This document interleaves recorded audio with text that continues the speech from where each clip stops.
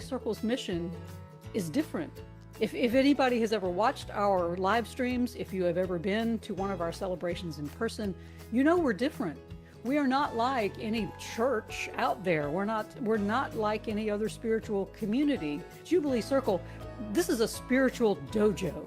This is the place where people come, they learn the inner moves, they learn the tools that they need to become the light of the world, to remember who they are, to remember that they are the light of the world and that their function in this world is to go out and be that light every single day. We are here to offer you the tools that you need to transform yourself, to expand yourself, to understand that you are the light of the world. You are the unlimited vastness of the holy. And we can help you connect. And we can help you find a community where you can grow, and you can be transformed, and you can transform the world.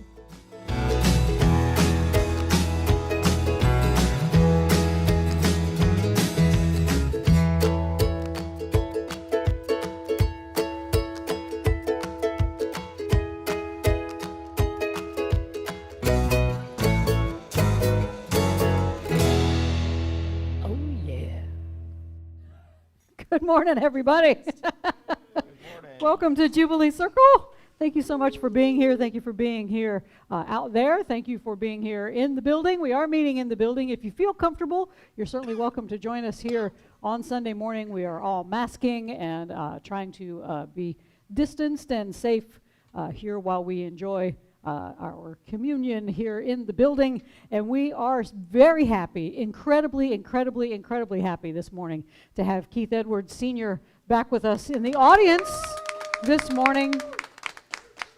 Keith kicked COVID's butt.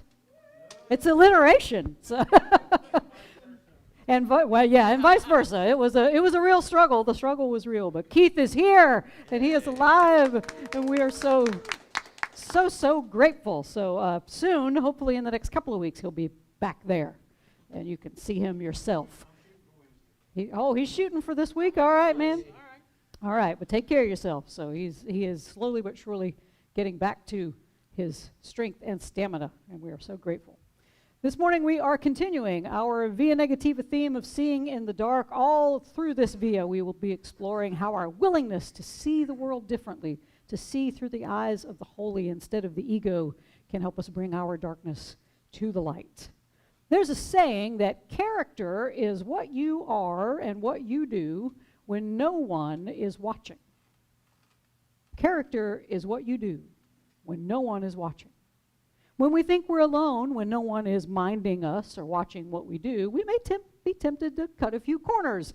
We don't stop fully at the stop sign, or we go a little faster than the posted speed limit. Nobody in here does any of that. No. Y'all are all people of character. Or we might take home a pen from work. Nobody's looking. Our tendency to give in to temptation when no one is watching is part of what led the ancient Hebrews back in their day to demand that Samuel end their long history of judges that ruled over them, and instead they wanted a king. Now, the judge system that had been in place had faithfully settled disputes and meted out justice to people for a long time before the people soured on it. But instead, they learned and yearned for someone to rule over them, to watch them, to mind them, and give them rules and decrees to live by. And we still seek kings in our modern times. We still want people and institutions that just give us the rules to follow. We don't want to have to think too hard. We don't want to have to work too hard to figure out what's fair and what's not. We don't want to ask any hard questions that don't give us immediate, easy answers. We're still in that mindset. But there's a certain comfort in being minded, in having a king watch over us. It gives us some sense of security. We know somebody's watching out for us, so we don't have to. We prefer sometimes to be kept in the dark about how the process of our whole government works. There is, however, a greater consciousness to aspire to, and that is a state of mindfulness instead of a state of being minded. In a state of mindfulness, we don't need no stinking kings because we have the greatest security of all. We have our higher divine self. that invites us to live into our true identity as the light of the world. We are sent here to remember that and to be a reminder to others that they too are this light of the world. So the trick to move away from the darkness of being minded into the light of being mindful is stillness. It is practicing that peace that passes all understanding. To get there, it requires that you breathe deeply and allow that inner divinity to ascend to the throne of our hearts. And when it is there, it can rule with a deep, abiding love that will make us all say, oh yeah. Please rise as you're able, or roll over if you're watching us from your bed. You could stand up too, stretch your legs a little bit, and we begin every Jubilee Circle celebration by remembering the four elements, the air and the water and the earth and the fire. And we call the four directions to orient ourselves in this sacred time and space, and we burn black sage as a reminder to set our intentions toward love, love for self, love for God, love for others, love for the institutions. I guess Jubilee is an institution. We're all crazy here, so Right. could be an institution. To set that intention of love for everything that we hold dear in this world as we call the four directions and orient ourselves. Let us turn and face the east. Open our hearts, Holy One, so we can be mindful of this new day. Mindful that each new day dawns with incredible possibilities. Mindful that each new day dawns with new ways of being, new ways of seeing, new ways of doing, and new ways of experiencing the divine. Quarter turn to the right, and we face the south. Open our minds, Holy One, and expand our imagination. Bring us new dreams, new hopes, new aspirations, new realms of possibility, so that we can bring what our mind sees into this world. Give us visions of peace. Give us visions of healing. Give us visions of a world united. Quarter turn to the right, and we face the west. Open our ears, Holy One, so that we may hear the world around us. Open our ears so that those who cry out in pain, their despair, their loneliness will be heard. Open our ears so that we may truly hear our neighbor, and in the hearing, our hearts will break and we will be moved to help, to hold, to heal all those in pain, all those in need, all those who long for your peace. Quarter turn to the right, and we face the north. Open our eyes, Holy One, so that we may truly see those around us. Open our eyes so that we may not just look at the world, but can really see the world, the bits of the holy in everything, from trees to animals to plants to every human being who walks this earth. Reveal the holy all around us so we may experience anew your presence with us. Turn back toward the center. I invite you, Jubilants, to become present to your surroundings, whether you're in this room or watching from afar. Be mindful of this moment. Feel the floor beneath your feet, the air in your lungs, the rhythm of your own heartbeat. Breathe deeply. Feel the holiness in this precious moment. Feel the holiness of your own body, of your own heart, mind, ears, and eyes. Be mindful of the world around you, a world where you can truly hear, feel, see, live into the divine in each moment. That will make you say, oh yeah. Oh, yeah. Please remain standing, and we will sing our opening song. We got a little Sarah Bareilles this morning, and if you are joining us remotely, you can download the bulletin. It is at jubileecircle.com. Oh, Tricia. Louder. Oh, good catch. That's the guitarist nightmare. Right. Now we're at, yeah. Ah, paper. We don't know what she's doing. Right. It's going to be a Tricia mystery. will just, it's a crapshoot. Tricia will just play whatever. Just never know. I just never know. So this morning we got a little Sarah Bareilles, King of Anything. And if you want the lyrics, if you're at home watching, if you want the lyrics and the scriptures and everything else coming this morning, you can follow along at jubileecircle.com. 2, 3, 4.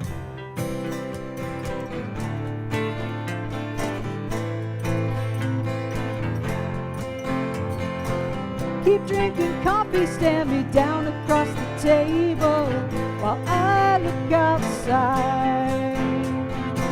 So many things I'd say if only I were able, but I just keep quiet and count the cars pass by. opinions, man, we're all entitled to them, but I never asked. So let me thank you for your time and try not to waste any more of mine. Get out of here fast. I hate to break it to you, babe, but I'm not drowning. There's no one here to say, who cares if you disagree? You are not me. Who made you king of anything? So you dare tell me who to be, who died and made you king of anything.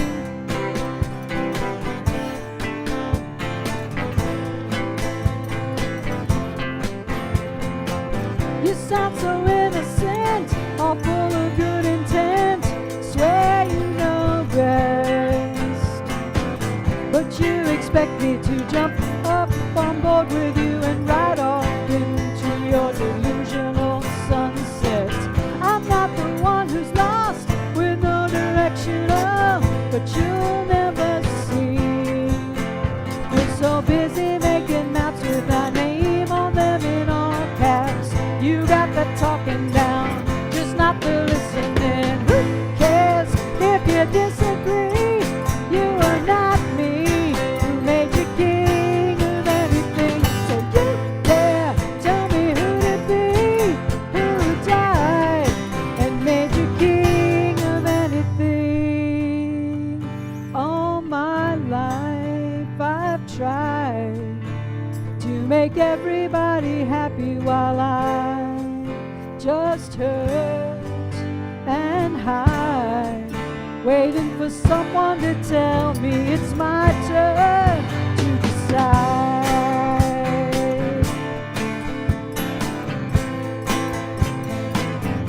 Everybody now, who cares if you disagree? You are not me. Who made you king of anything? So you dare tell me who to be, who died and made you king of anything. Who cares if you disagree? You are not me. Who made you king of anything? So you dare tell me who to be, who died and made you king of anything. Let me hold your crown, babe.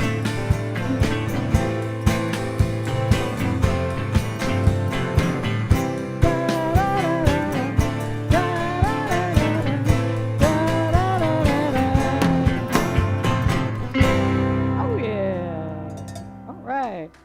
Thank you. You may be seated. All right, everybody. Just a little bit about us. Welcome again to Jubilee Circle, whether you are joining us virtually or here in person.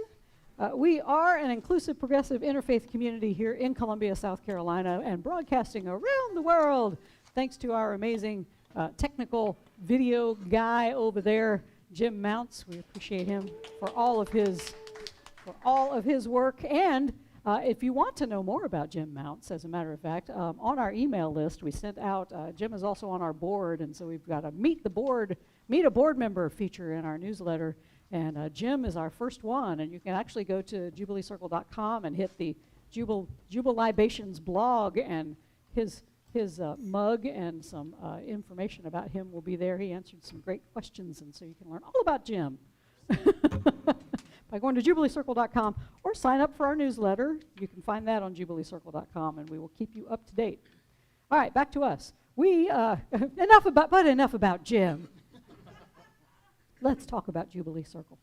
We are an inclusive, progressive interfaith community here in Columbia, South Carolina, and we do teach the timeless common wisdom of love and unity that is found in all mainstream religions, in metaphysical philosophies, in mysticism, and the teachings of inspired secular and religious leaders throughout the ages. And we seek to create a space, both here physically and out there in virtual land, where we can all be transformed, where we can transform spiritually, find life's deeper meaning, to love wastefully, engage with the world peacefully, and to do justice, all in an effort how to recognize and remember who we are. We are the light of the world, and we can live into our true higher divine self. We also recognize we are part of God's good creation that we all live and breathe in. We are made of stardust, our bodies, after all, and we are also formed in love and in joy. But we humans, we forget. We forget a lot of things. We have a very short memory. We're like goldfish swimming by the castle going, nice castle, nice castle, nice castle. That's what we do, because we forget. We see the world as separate. You're here, over there, and I'm over here, and we think because we're in these bodies that we're separate, so we start to judge the world. We judge it as beautiful or ugly or good or bad, or people as generous and stingy or loving or Recalcitrant. y'all are gonna you're gonna leave me hanging. Recalcitrant, yes. But let us remember our function here, Jubilants. It is to remember who we truly are. It is to remember that we are the light of the world, and to remember that we are just asleep. We have not left home, and what we're here to do is to awaken and channel that love that created us out into this world. Oh yeah. So next Sunday, boy, I didn't change my information, so I'm going to wing it. Next Sunday, we are going to have Jay Joslin, who is he's a Jubilee minister up in Asheville. I am going to be gone next Sunday. I have Jubilee Circle started in January of 2010, and I think I have missed 5 Jubilees in the last 11 years. So I'm feeling a little toasty. I'm feeling a little burned out. So I have decided to take a little 3-day meditation retreat in an Airbnb in the middle of no friggin' where that has nothing to distract me other than it's on a farm, so it's like there'll be horses and dogs, and so it'll be fun. So I'm going to be gone. Jay is going to come and preach for you next Sunday, and he's going to talk about seeing through the darkness of nightmares. So just in time for Halloween, we're going to talk about nightmares next week. So please join Jay, and he's going to join us for the talk back afterwards. So Jay will be here, and he's fabulous. He's a lovely and beautiful human being, and you will enjoy getting to know Jay. He preached for us a few years ago when we were over on Millwood. But it's been a minute, and Jay went through some health issues, and he is doing really well. So I'm like welcoming Keith back. I'm very glad that Jay is well and able to join us next week. And about the open mic, we are not going to have an open mic in November because we are going to back it up a week and have it on October 29th, which would be the last Friday of the month, because we want to have a Halloween party. So on October 29th, I'm not sure who our feature performer is yet, but it will be scary, I'm sure. So we hope that you will dress in costume, dress appropriately, and come to the open mic on October 29th. The feature performer will start at 7. The open mic starts at 8. And it's a full dinner and drinks sort of thing, so we ask for just a $10 donation to defer the cost of food and drink, and a separate collection will be taken up for our feature performer. And remember that if you want to do some yoga, we have a yoga teacher who is renting space from us on Monday, Tuesday, and Thursdays. Monday, Tuesday, Thursdays at 6:30. Malika Daniels leads yoga class here. It's $15 a session. Come and join her if you want to stretch out and relax during the week. And also this afternoon, hopefully the show is not sold out, or hopefully it is, I don't know. My partner Beth DeHart is performing in Grace for President at the Children's Theater. It's not at the Children's Theater, it's at a different location. But there are tickets available at the Children's Theater, Columbia Children's Theater online if you want to do that. It's 3 o'clock this afternoon. She's doing a matinee. All right. Anything else I missed since I didn't write things down for myself? Is anything else going on anybody knows about? All right. Good. So, breathe deeply. Hear these wise and holy words. Ding. I don't know where the ding is. There we go. From the Hebrew Scriptures, 1 Samuel 8, 4-9. Then all the elders of Israel gathered together and came to Samuel at Ramah and said to him, "You are old, and your sons, you are old." That's where they start with, "Thanks, Sam." But you're old. And your sons do not follow your ways. Appoint for us then a king to govern us like other nations. But the thing displeased Samuel when they said, give us a king to govern us. Samuel prayed to the Lord, and the Lord said to Samuel, listen to the voice of the people in all that they say to you. For they have not rejected you, but they have rejected me for being king over them, just as they have done to me. From the day I brought them up out of Egypt to this day, forsaking me and serving other gods, so also they are doing to you. Now then, listen to their voice.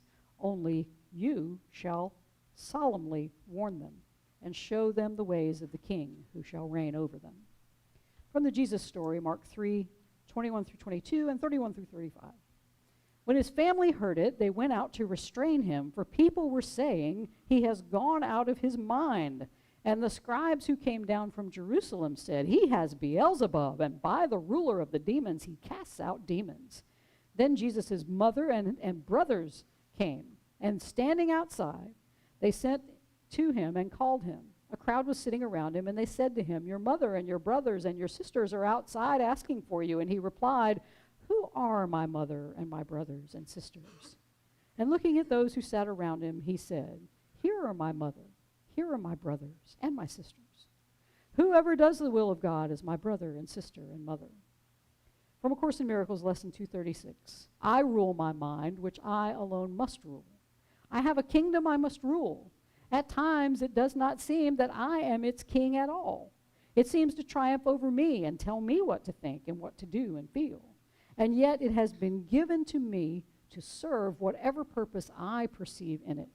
My mind can only serve. Today I give its service to the Holy Spirit to employ as Spirit sees fit. I thus direct my mind, which I alone can rule, and thus I set it free to do the will of God. Holy One, my mind is open to your thoughts and closed today to everything but yours. I rule my mind and offer it to you. Accept my gift, for it is yours to me. These are wise and holy words. Thanks be to the holy. All creation is holy word. All creation speaks volumes of the holy. Hallelujah. Let's stand and sing.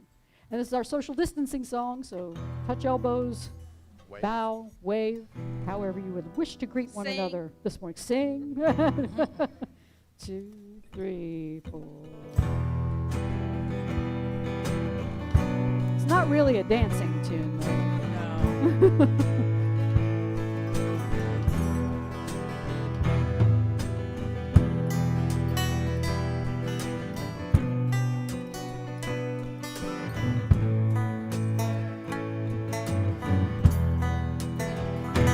Darkness, darkness, be my pillow. Take my hand and let me sleep in the coolness of your shadows, in the silence of your deep. Darkness, darkness, long and lonesome is the day that brings me here. I have felt the edge of silence. I have known the depths of fear. Darkness, darkness, hide the yearning for the things that cannot be.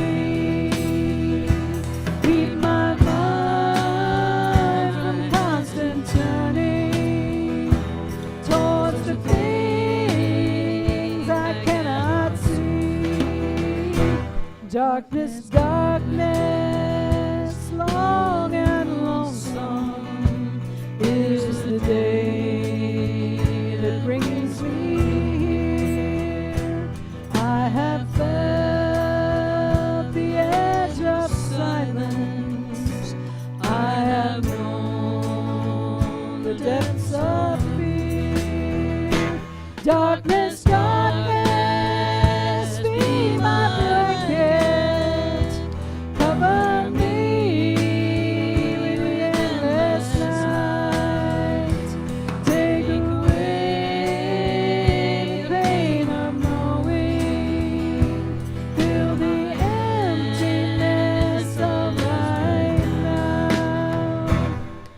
Darkness, darkness, be my pillow. Take my hand and let me sleep. Oh, yeah. That's Janice Mewborn over here on the banjo. And vocals. And Trisha Fopp over here on the guitar. That 12-string there. Michael was walking away. Michael Sprinkles Reisman just walking away. Bruce Clark back here on the guitar. Larry Farina on the drums, distributing the Larry dust. All right. Our song this morning comes from the English rock band called The Police. Who? No, I know, yeah, you're too young. You're too young, Dan. Because they were formed in 1977. But the Police hit the big time in the 1980s after releasing such songs as Roxanne and Don't Stand So Close to Me, neither of which we're doing this morning. So, the song that we're doing this morning comes from their 1983 album, Synchronicity, and this is called King of Pain. It hit #1 on the Billboard Top Tracks, charted for 5 weeks back in August of 1983, the year I graduated high school. Great. And it contains 2 of my favorite chords back to back, B minor and A. So today's Jubilee is brought to you by B minor and A. Here we go. 2, 3, 4.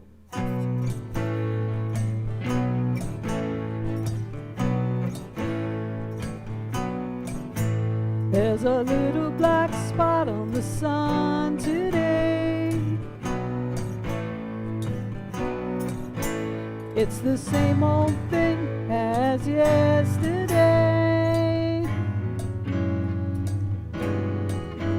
There's a black hat caught in a high treetop. There's a flagpole rag and the wind won't stop.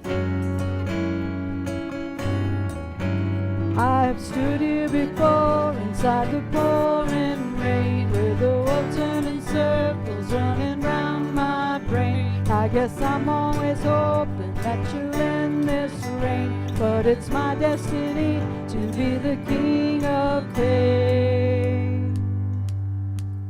There's a little black spot on the sun today. That's my soul up there. It's the same old thing as yesterday. That's my soul up there. There's a black hat caught in a high treetop.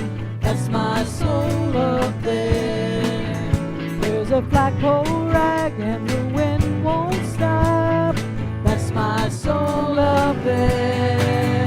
I've stood here before inside the pouring rain, with the world turning circles running round my brain. I guess I'm always hoping that you'll end this rain, but it's my destiny to be the king of pain. Next year, Britain will celebrate the Platinum Jubilee of Queen Elizabeth, who will become the first British monarch to mark 70 years on the throne. Officials are planning a 4-day celebration complete with a grand parade, a pageant, and a platinum party at the palace that will feature performances by many famous names. Of course, the Brits, our cousins across the pond, have been in love with their monarchy for a very long time. But for all of her jewels and mansions, Queen Elizabeth, all she really has is a lot of pomp and circumstance. Because around the end of the 17th century, the power of the monarchy increasingly gave way to parliamentary rule in the UK. So while Elizabeth might have the title of queen, she really has no authority over the British people. She doesn't make laws, she doesn't send down decrees, she doesn't have any real influence on the government at all. The British royalty has become merely figureheads, nothing more than an expensive distraction for British citizens and others who love royalty all around the world. Even though the power of monarchies have been diminished in this modern world, the people, our modern day people, just like in the days of Samuel, most often we demand to be led, to be minded by someone, like a president or a prime minister, or even a group of someones, like a parliament or a Congress. Since time immemorial, we humans have sought to figure out the perfect way to organize ourselves into a society. There have been communal societies where each person takes responsibility for the good of the whole. There have been dictatorial societies where power gets vested in one person who will, more than likely, rule ruthlessly over their people. And then there's all these other societal structures in between. In today's Hebrew scriptures, we witness how this ancient society began their tradition of kings. They had kings because the people demanded to be ruled by a king. Now Samuel had presided over this succession of judges that had previously ruled the people, and they settled disputes. They used their power to try to keep society as fair and as just as possible. But now the people, they were tired of this kind of government. They trusted Samuel, but they didn't really trust his sons to keep up the good work. So they're like, give us a king. So instead of living together in this light of mindfulness where people took care of one another through an arbiter or a judge, they wanted to give up this communal form of power and move backwards into that darkness of being minded, of being dictated to. And this request, it upsets Samuel. He takes it personally. But the Holy says, no, you didn't do anything wrong. The people are not rejecting you and your successful line of judges. Instead, this is very parallel to A Course in Miracles, where we had this tiny mad idea that we're all separate. And so we separated from God. And so Samuel says, it's not about you. They're not separating from you, Samuel. They're separating from me. They don't want me to be their king anymore. And that's how we ended up here. That's how the ego said, I want a king. I want to be the king over you. And we said, okay. And that's how we got here. That's how we got here. It's the tiny mad idea that our ego is the king and not God. And so God says, hey, Sam, you might want to warn them what it's going to be like when the ego is their king. And so the scriptures say that every king, this ego, it's going to be a king of pain. So the scriptures say, these will be the ways of the king who will reign over you.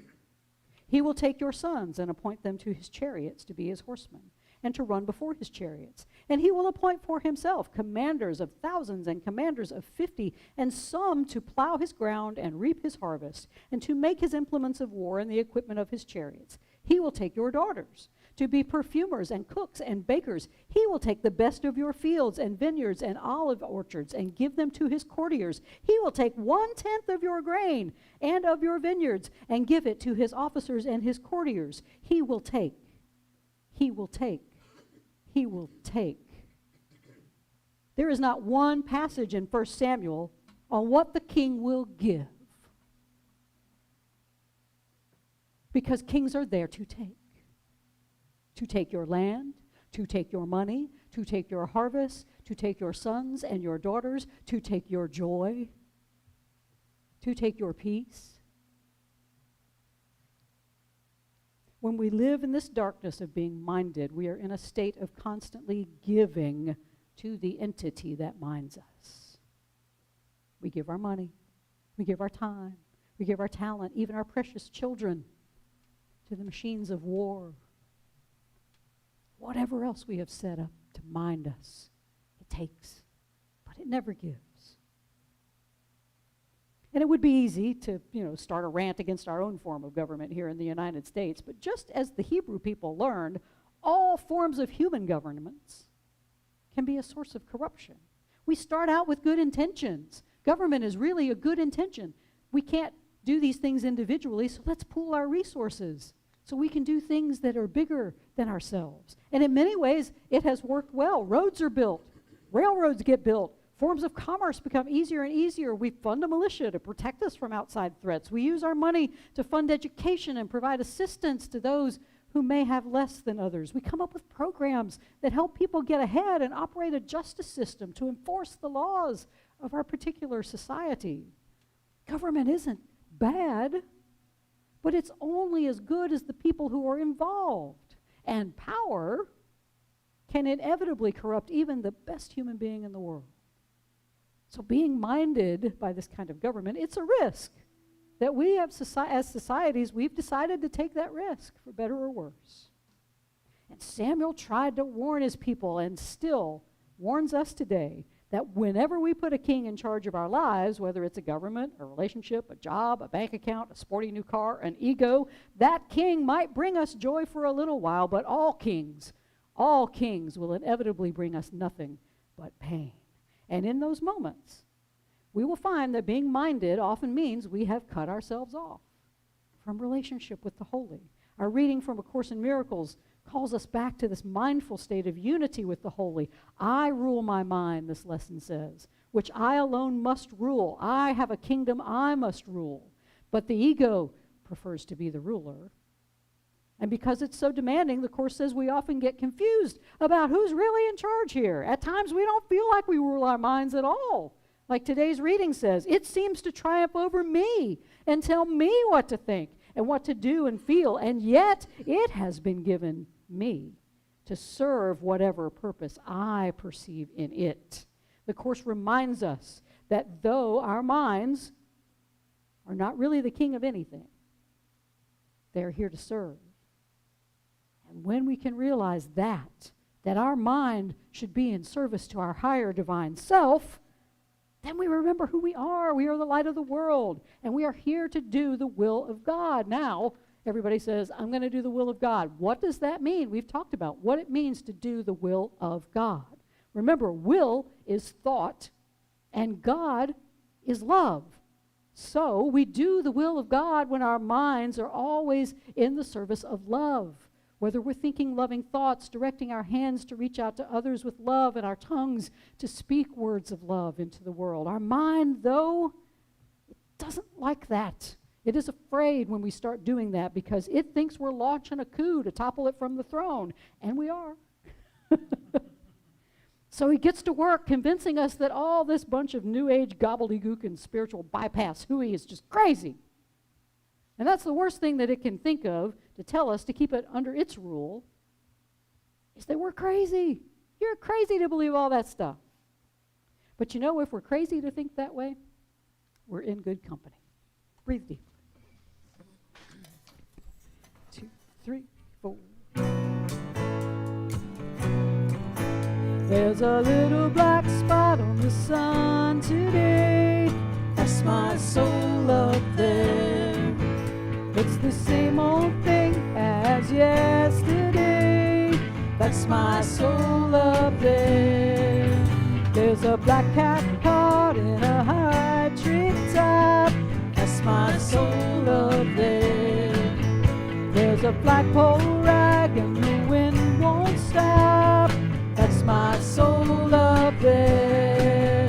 I've stood here before inside the pouring rain, with the world turning circles running round my brain. I guess I'm always hoping that you'll end this rain, but it's my destiny to be the king of pain. In our Jesus story, we find our guy in a familiar setting. He is surrounded by a crowd, but this is no normal crowd. They're gathered around Jesus' home in Nazareth, and Jesus is trying to get some rest. He's been out traveling the countryside and preaching to large crowds and healing everybody along the way. Instead, this mob decides to come over because they've heard about Jesus. I mean, he's home, remember? A prophet is never recognized in his hometown. So he's at home. These are the people who have known little Jesus running around cursing fig trees or whatever. That Jesus, he cursed my fig tree. It's never been the same since. So they have a different opinion of Jesus, right? And so they've heard about all of these great things that he's been doing out there, and they think he's nuts. Jesus is as crazy as a bedbug. He has gone out of his mind, they said. And they got so concerned, they rang up the scribes in Jerusalem, those guys who were in charge of minding the affairs of the Jewish people, and they called them to Nazareth, and they got Jesus' family, who are his ultimate minders in this society, and they called them all to the house. Because Jesus was doing all this crazy stuff, like healing people and preaching about love and mercy and forgiveness, he was bringing shame to his family. And that was crazy. And this is not an instance of people flocking to Jesus to hear his message. No, this is an intervention. They accused Jesus of being in league with Satan, Beelzebub.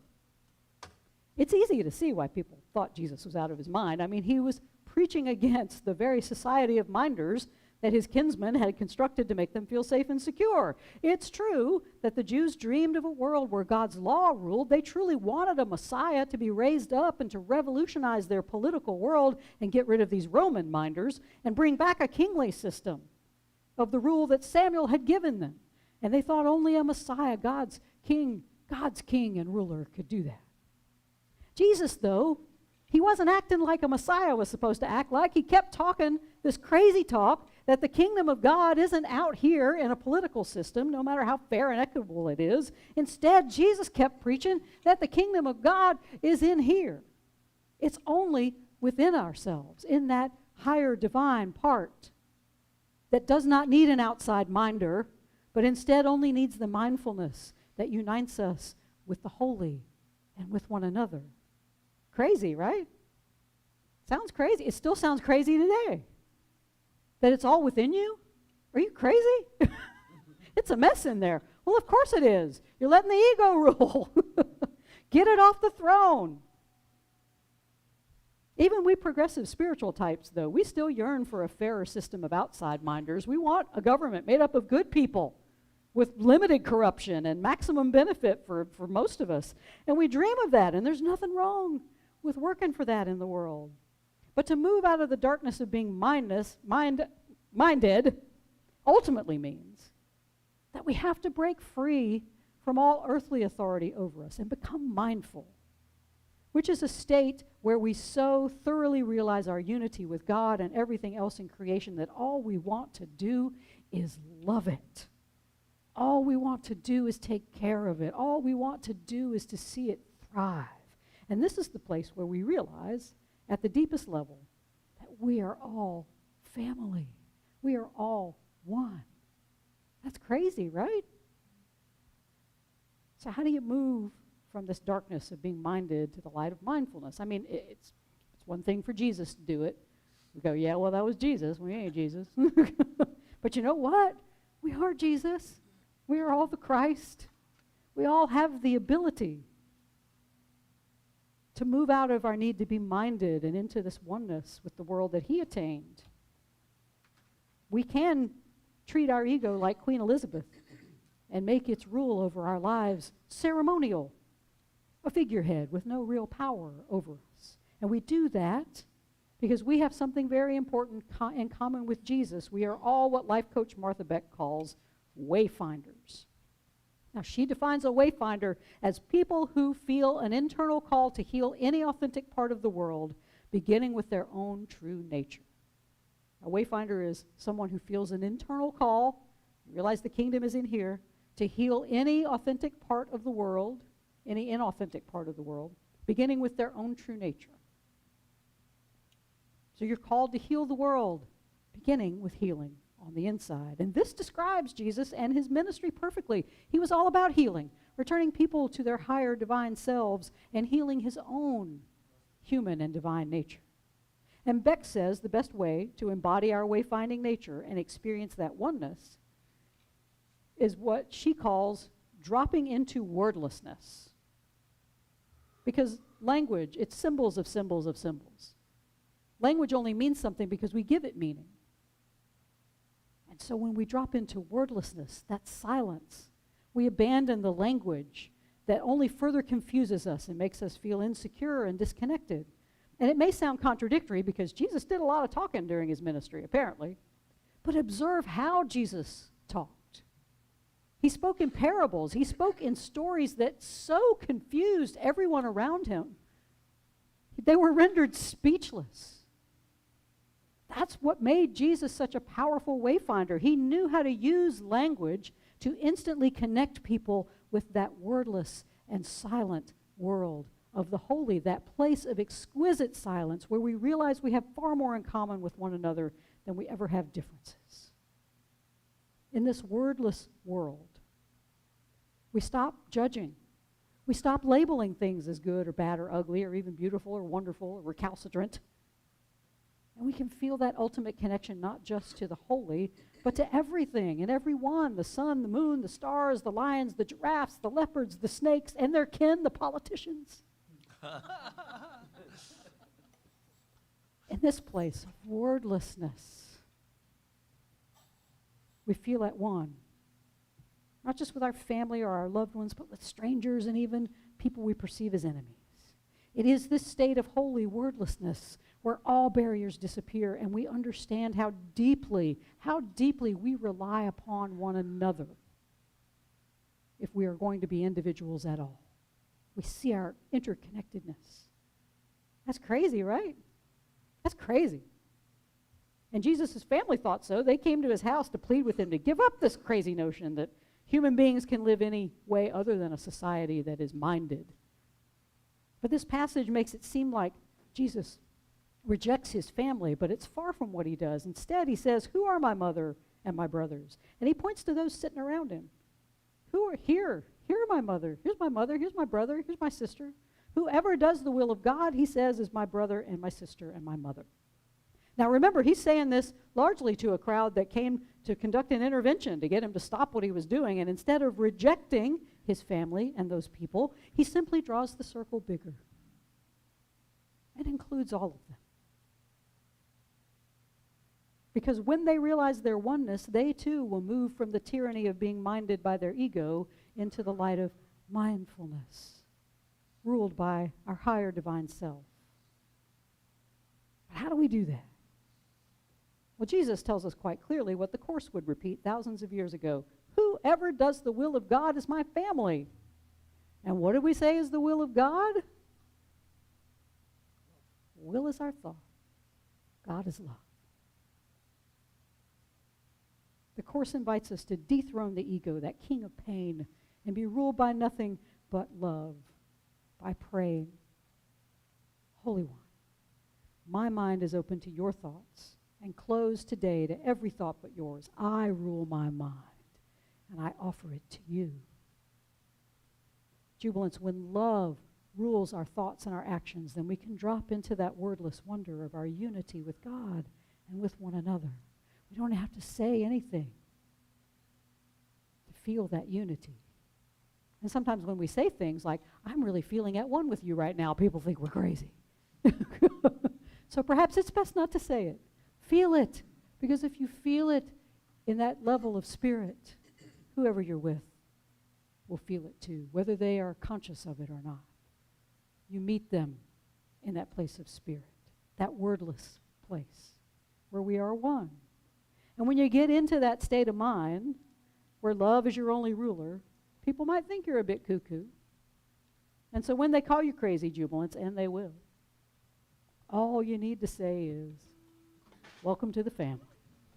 2, 3. I've stood here before inside the pouring rain, with the world turning circles running round my brain. I guess I'm always hoping that you'll end this rain, but it's my destiny to be the king of pain. There's a king on the throne with his eyes torn out. There's a blind man looking for a shadow of doubt. There's a rich man sleeping on a golden bed. There's a skeleton choking on a crust of bread.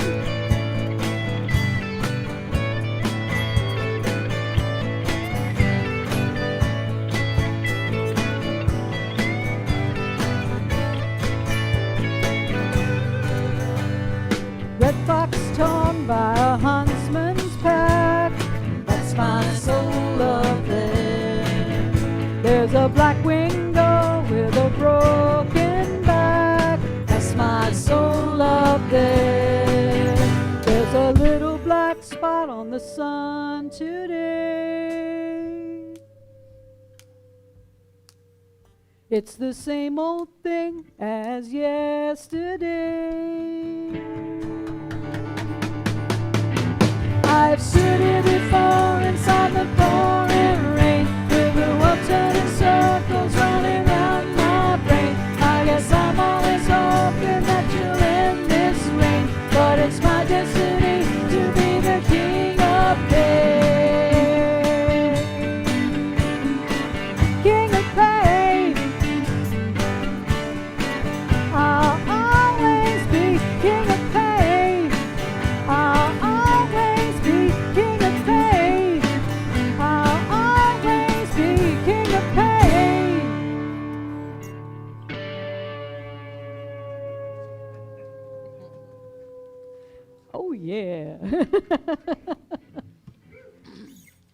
All right, I invite you during this prayer time.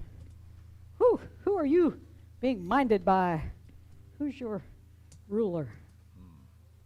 Because I'm going to bet, because I don't think any of us here are enlightened, fully enlightened beings, or you wouldn't be here. Certainly wouldn't be watching. So I'm betting 90% of the time, maybe, we're ruled by our egos. We are. It's just a fact of life. We all want to feel comfortable. We all want to feel safe. We all want to feel loved. And our ego says, it's all out there. You can go get it. But our true ruler, God, says it's all in here. And so I invite you in this moment to go within.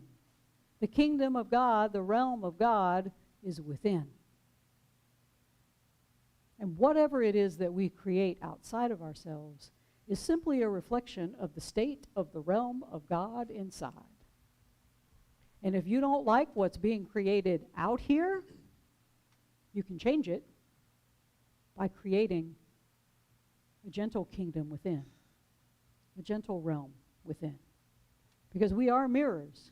The outside world mirrors what we are like inside. And right now, in this time of pandemic, we are separated. We're separated physically. It's hard to even get together.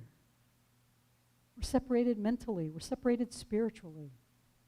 We all feel, we're all feeling deep separation right now. And the only way that we can create, I think the universe is trying to tell us, the outside world, it's being taken away from us. And so it's a call to go within. It's a call to pay attention to what kind of realm we are creating within ourselves. Are we creating a realm of peace? Are we creating a realm of connection? Are we creating a realm of love? And if we're not creating one in here, we will never create one out here. So I invite you in this moment, tend to your own realm. Who's in charge here? If it's your ego, it's time to get them off the throne. Because there's always going to be a king of pain. And so you say, who died and left you king of anything? It's time for that realm of ego to end. So I invite you, meditate this morning on a realm where the ego is sort of like Queen Elizabeth. She's fun to see from time to time and have a little parade and wave. She ain't in charge. You can admire her all you want. Thank you, ego. You've kept me safe. You've done some good things for me, but thank you, Queen Elizabeth. Nice pomp and circumstance, but you ain't in charge. That's where I invite you to be in these moments. People are talking about coups these days. It's time for an inner coup. Dethrone the ego.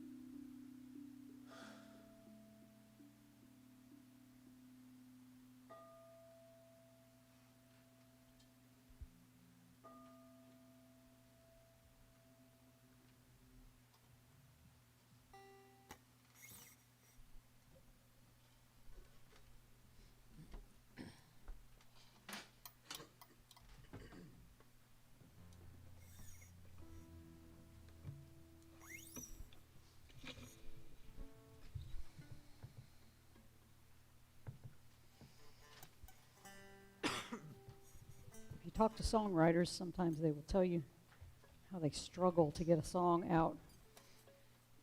Sometimes they will smile with joy and tell you about songs that sang themselves to them, and all they had to do was write it down. This one sang itself to me last week. And it is based on A Course in Miracles, lesson 267. You may look that up because basically I'm singing the whole thing. Here we go. 2, 3, 4.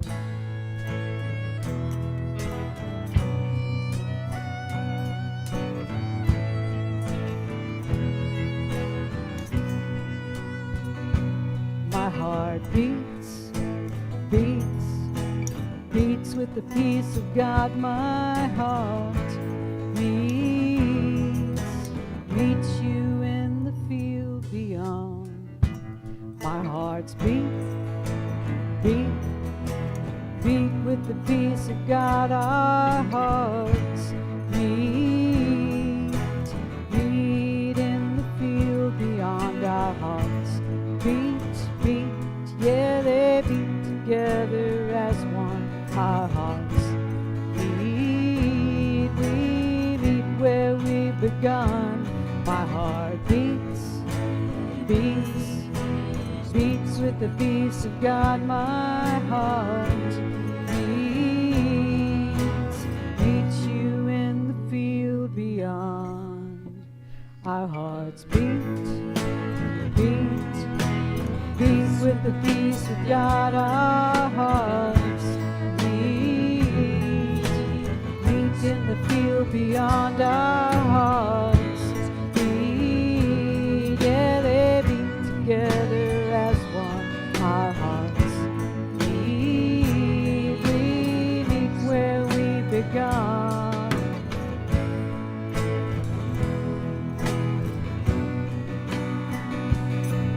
Each heartbeat brings me peace.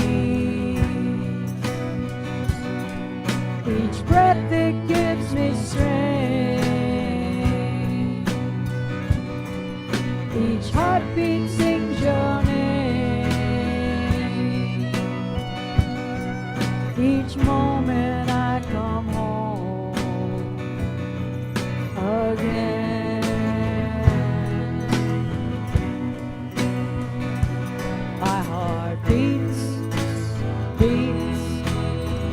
With the peace of God, my heart meets, meets you in the field beyond. La la la la la la, la la la la. We're all peace. La la la la la, la la la la. We're all light. La la la la la, la la.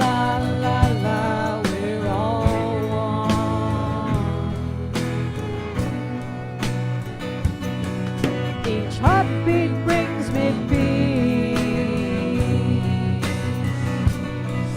Each breath it gives me strength. Each heartbeat sings your name. Each moment I come home again.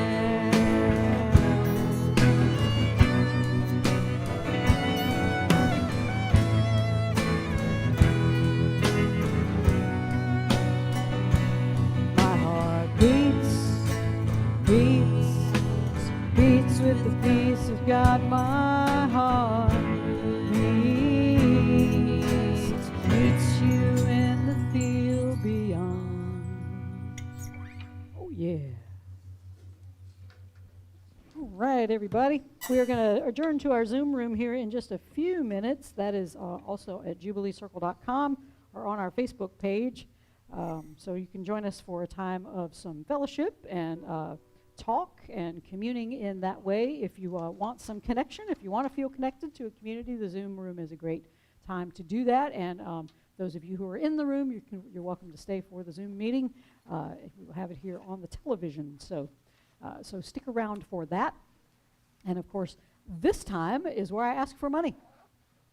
I mean, it's plain and simple.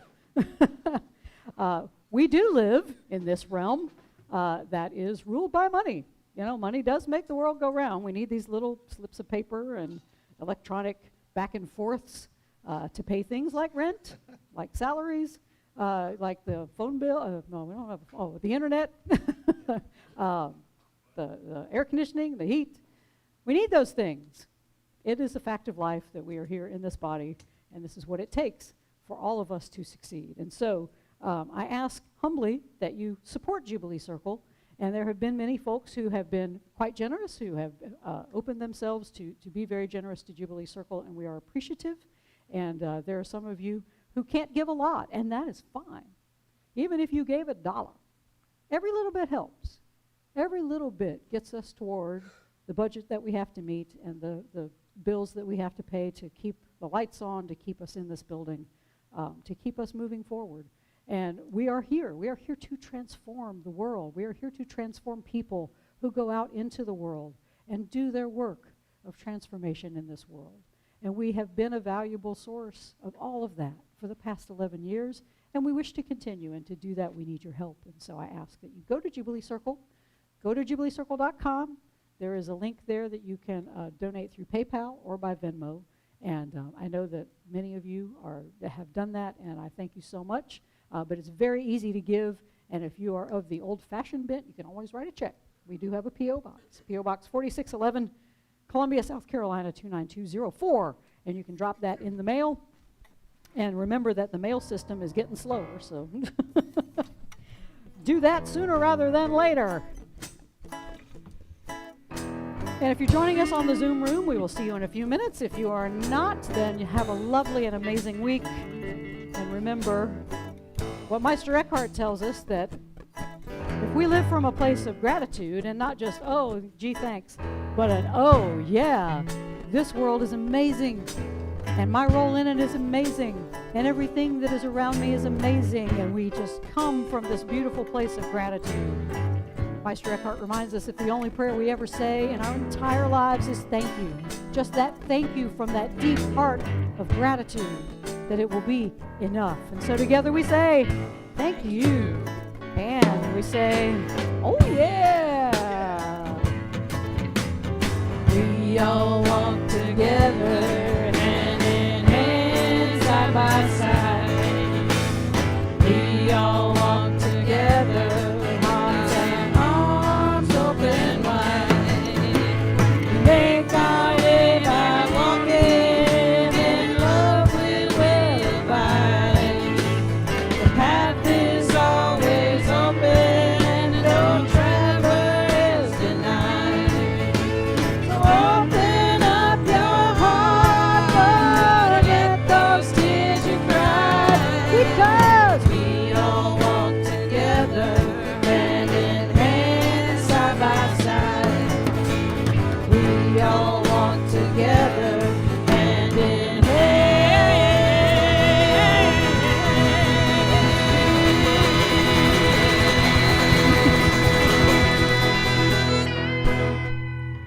And side by side.